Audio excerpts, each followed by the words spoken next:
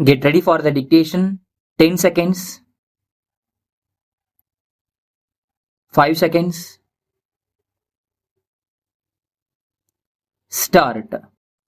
Replying to the general discussion, the Honorable Finance Minister said, Mr. Speaker, sir, I rise to reply to the general discussion on the budget for the current financial year. Several honorable members have made their suggestions to improve the economy of our country. I wish to express my gratitude to them at the outset. Really, the honorable members have done their duty in pointing out the deficiencies in our economy. I have the support of all members in the House in presenting the budget for this year. As a matter of fact, I expected criticisms about the various measures that had been undertaken by the government. It is gratifying that the honorable members were kind enough to give their full support to me for the early implementation of all the welfare measures which had been proposed by the government in the budget for this year without any kind of dissent.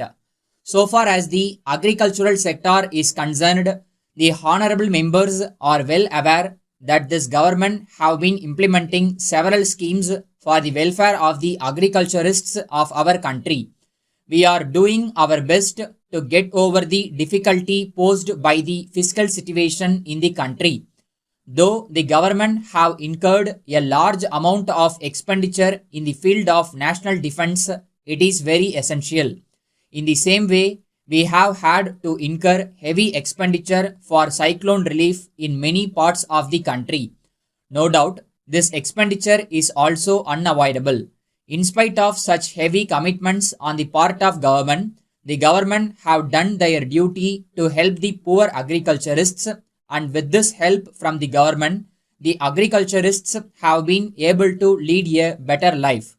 I firmly believe that the growth of agriculture is most essential for the purpose of alleviating poverty and for generating income and employment among the agriculturists in the country.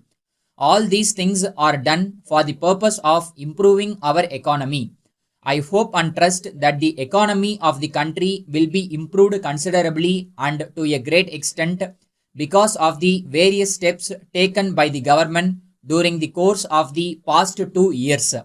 I also believe that all the honorable members will always bear this in mind.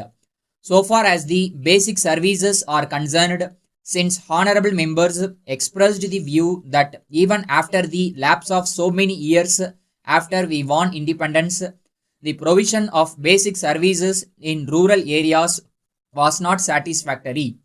I would like to take this opportunity to inform the House that the government will take all efforts to provide basic services in the whole country as quickly as possible.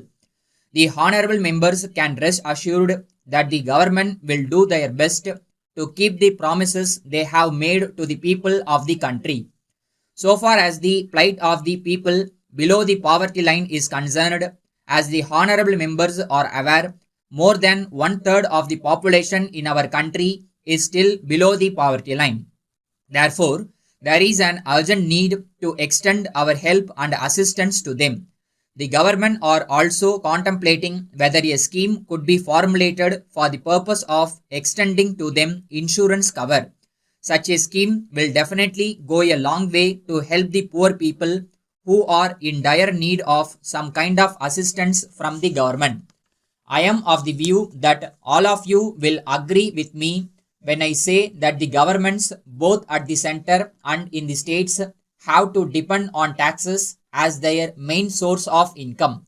When the government want to implement various welfare measures for the benefit of the people, the government have no other alternative but to impose new taxes or to increase the rates of existing taxes.